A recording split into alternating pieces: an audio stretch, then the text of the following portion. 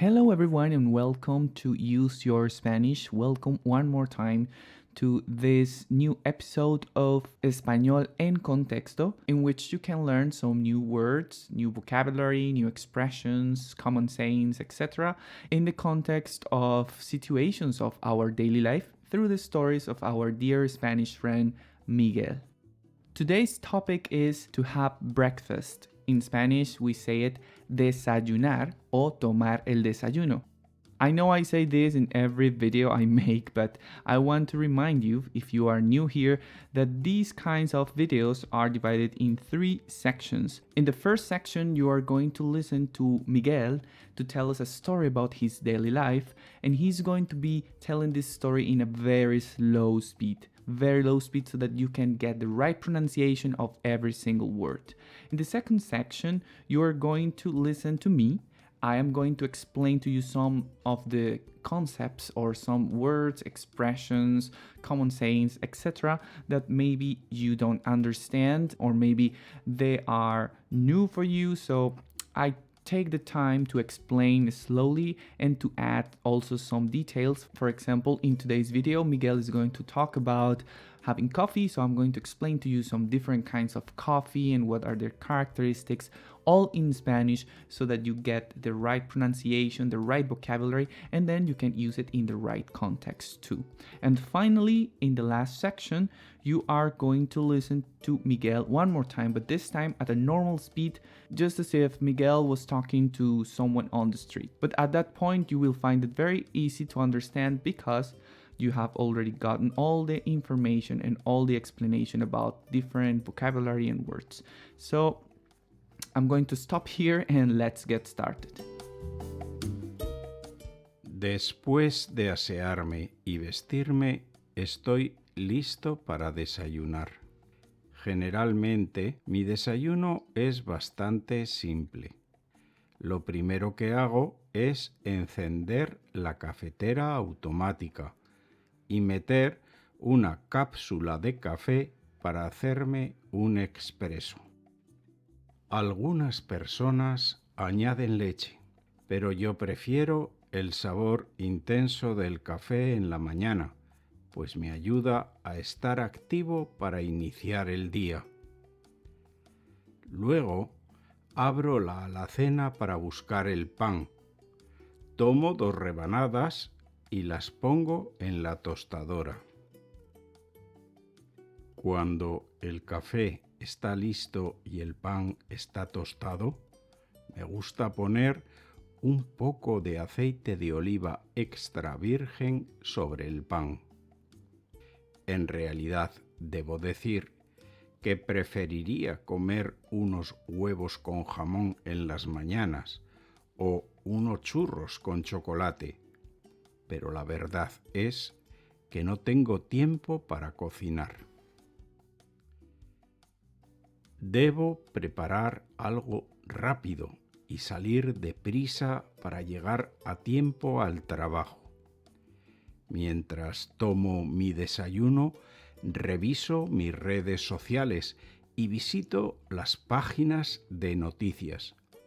Me gusta estar informado de los acontecimientos más importantes del día antes de salir a trabajar.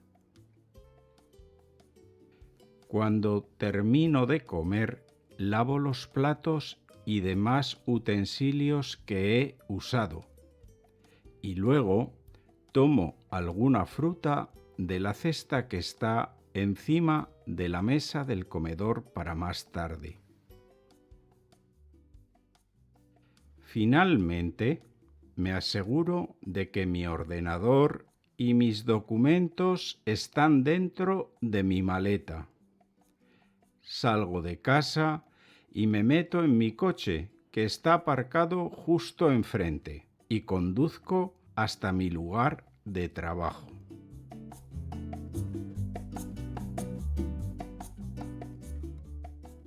Okay, so I hope you were able to understand almost everything. If you didn't understand something, you can repeat again or just wait until the end after the explanation that I'm going to give you now. The first thing that I would like to explain to you and that I already mentioned before was that we have in Spanish a verb that we use to express the idea of having breakfast, and is the verb desayunar. Of course, we can also say tomar el desayuno, which is the literal translation of having breakfast. And also this applies for the other meals of the day. Like for example, we would say almorzar, comer, or cenar. But of course, we can also say tomar la cena, to have dinner, or tomar el almuerzo, which would be to have lunch. So this is just for you to keep in mind that we have two ways of expressing these things. The next thing that I would like to explain is the expression bastante simple. This expression could be expressed by saying muy simple o sencillo básico, something very simple, something very basic. That's what bastante simple means. Now, I don't know if you recognize this or you have ever seen these things that I'm showing you on the screen right now, but these are called cápsulas de café. And these are used in the new coffee machines that are very common nowadays. So Miguel says that he puts one of these capsules in the coffee machine. So he used the verb meter, but you can also use other verbs like poner, colocar, or situar, which mean more or less the same thing in this context. So to put would be poner, meter, colocar, or situar, okay? So now, as I said before, I would like to describe some of the most common types of café. The first type of café or coffee is el café solo or el café expreso, which is just coffee. You don't get it with milk, you don't get it with anything else, you just get the coffee and it's just normal, it's very small coffee.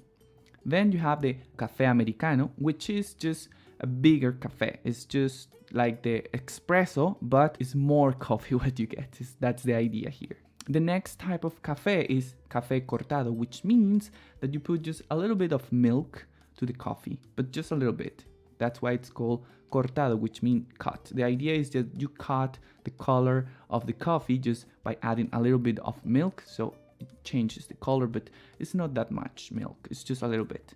Then you have café con leche, which means that you add more milk than in the previous one. So it's when you ask for a café con leche, you are going to get a coffee with more milk. Then you have café bombón. This is also a very common type of coffee that you could ask for in Spain, and is a coffee with condensed milk.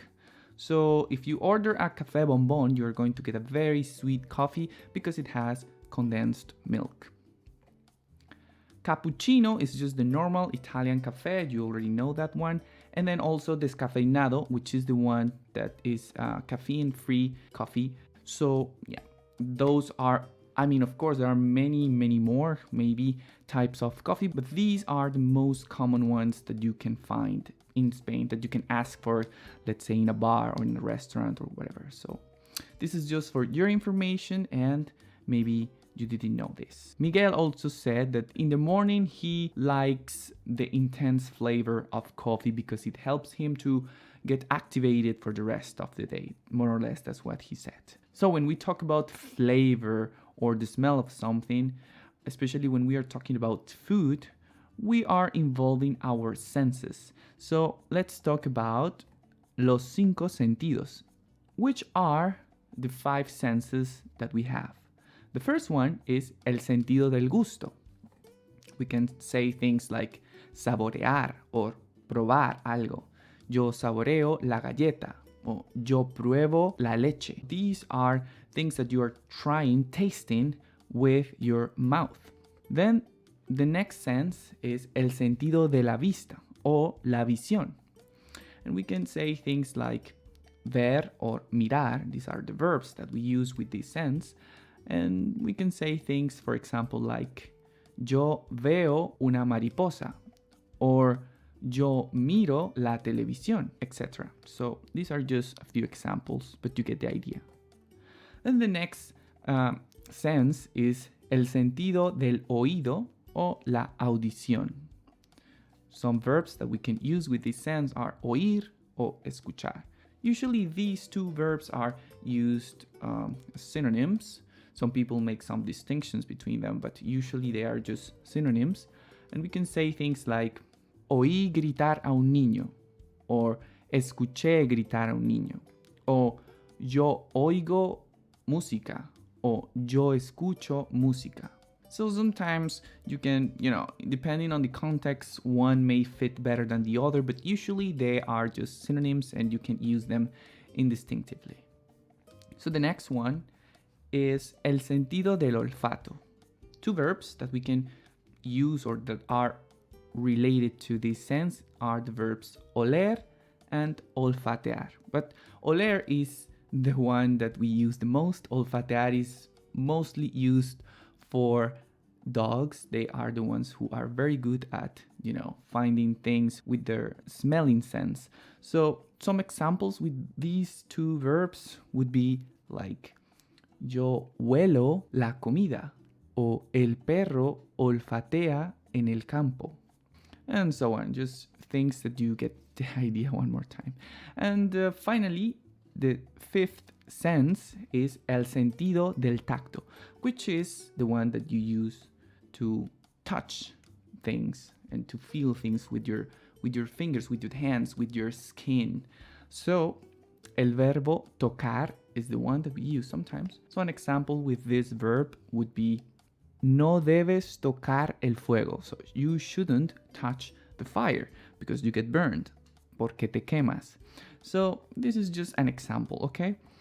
So finally we have this, which are the five senses, and of course I am going to be adding more vocabulary that's going to be related to this topic, like the human body, etc.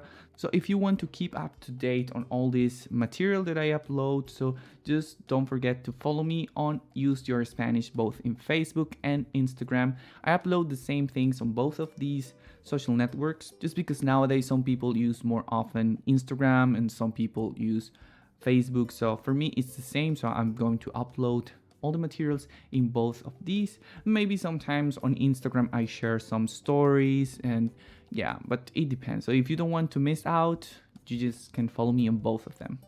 Okay, so let's continue. La alacena, this word, I don't know if you have ever heard about this word, but yeah, sometimes we use it, especially when we are talking about food in the kitchen. This is the concept of what an alacena is. Alacena is un armario con puertas y estantes que se usa para guardar alimentos y utensilios de cocina. Just to storage some food and cutlery, dishes, etc. in the kitchen.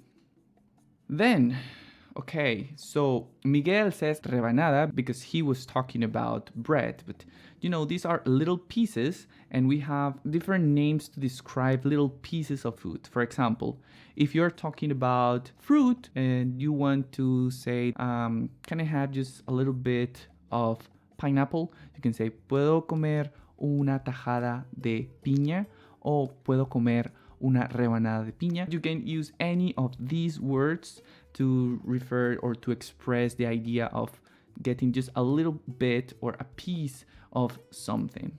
Una tajada, una rebanada, una rodaja, un trozo o un pedazo. Let's continue. So then he was talking about some common breakfasts, at least in Spain. They are very common. Like, for example, huevos con jamón. He said that he wished he had more time to cook, but he needs to hurry up. So he didn't have time to cook. But if he had time, he would cook some huevos con jamón, which is eggs with ham, or some churros con chocolate. This is a very typical breakfast in Madrid, in Spain, or some toast with olive oil and tomato. So tostadas con aceite de oliva y tomate. So just let me know in the comments what you usually have for breakfast, because I am so sure that it changes according to countries.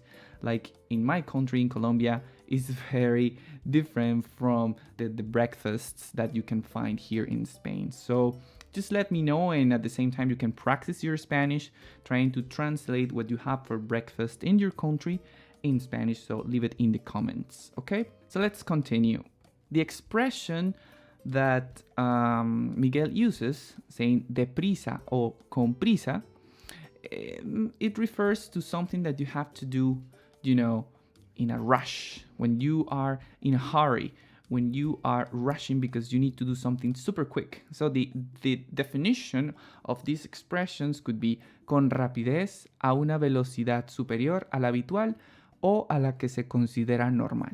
So it's something that you are trying to do, faster than at the speed that you usually do things. Like you can do sometimes things at a certain speed, but when you are doing something deprisa or something comprisa, it means that you have to do it quickly. You have to do it faster because maybe you don't have time, maybe because you are in a hurry, whatever. So these two expressions, you can use them from now on when you are having a conversation in Spanish.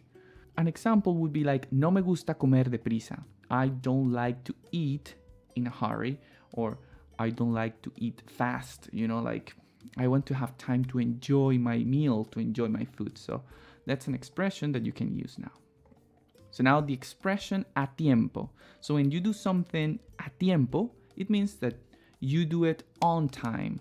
Llevar a cabo algo en el momento justo. So if you are doing something a tiempo, you are doing it at the right moment. For example, llegué al cine a tiempo para la película. So you went to the movies, you went to the cinema on time for the movie that you wanted to watch or that you wanted to see. Okay? Then Miguel mentioned something like while he's having his breakfast and, relaxed, and he's having his little piece of bread with oil or something, he likes to check his social networks. I think that's something very common nowadays. We check our social networks, our Facebook, our Instagram, our whatever it is in the morning. So I would like to share with you some vocabulary. Maybe I'm going to make another video later about this, but here you can have an idea of the expressions or the vocabulary that we usually use when we talk about social networks. So some of these expressions or these words are dar me gusta or dar no me gusta. If you like something, you give a like. For example, if you like this video, you are going to give me a like. So, me vas a dar un me gusta. But if you don't like something, you give a dislike. In Spanish, we say un no me gusta. Then the next word is subscribe, which in Spanish is suscribirse.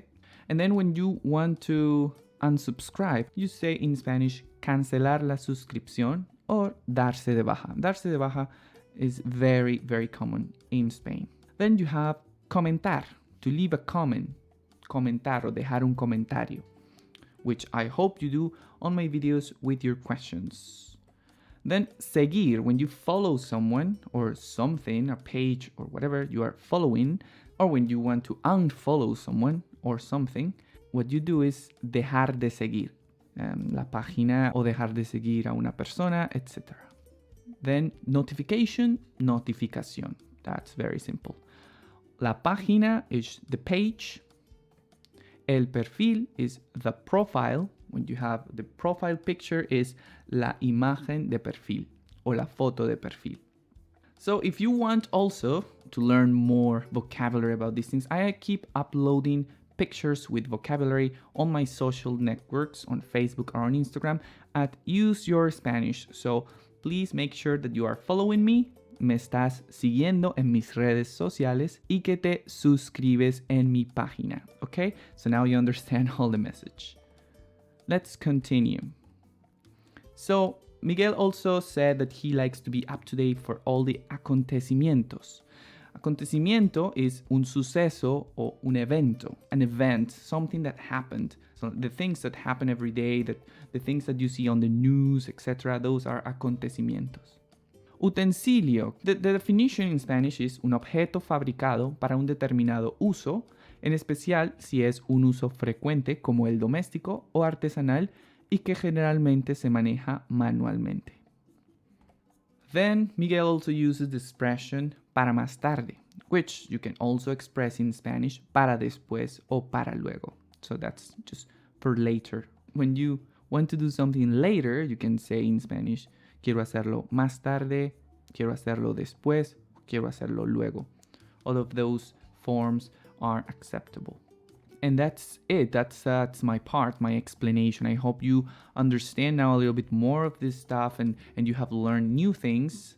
You know, we are taking all these ideas from the story of Miguel's story. So now you are going to listen to Miguel's story at the normal speed. So you are going to be able to understand better because now you have listened to it in a very slow speed and you got an explanation of the maybe unknown expressions and words, and now you're going to listen to it at a normal speed, okay?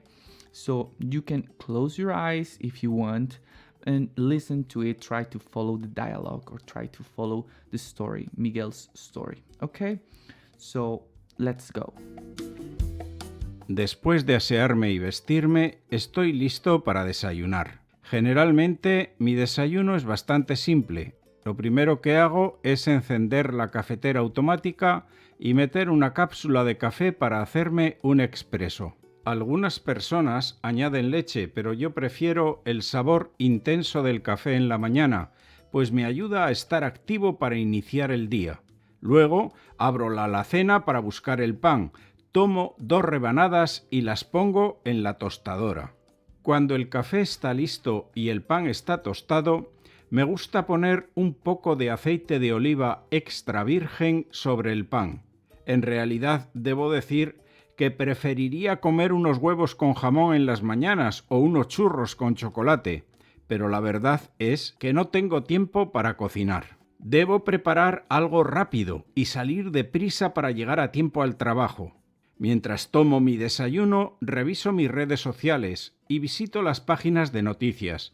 Me gusta estar informado de los acontecimientos más importantes del día antes de salir a trabajar. Cuando termino de comer, lavo los platos y demás utensilios que he usado. Y luego tomo alguna fruta de la cesta que está encima de la mesa del comedor para más tarde. Finalmente me aseguro de que mi ordenador y mis documentos están dentro de mi maleta. Salgo de casa y me meto en mi coche que está aparcado justo enfrente y conduzco hasta mi lugar de trabajo. And that's all for today's episode, for today's video. So thank you very much for watching and I hope you have learned a lot today, lots of expressions, vocabulary, new words, etc. And if you enjoyed this video, please just give me a like, dame un me gusta, and I hope to see you soon in one of my videos. Don't forget to follow in my social networks or subscribe to this channel to be up to date on all the videos that I make, that I try to make every week. Okay, so just see you later and hasta pronto.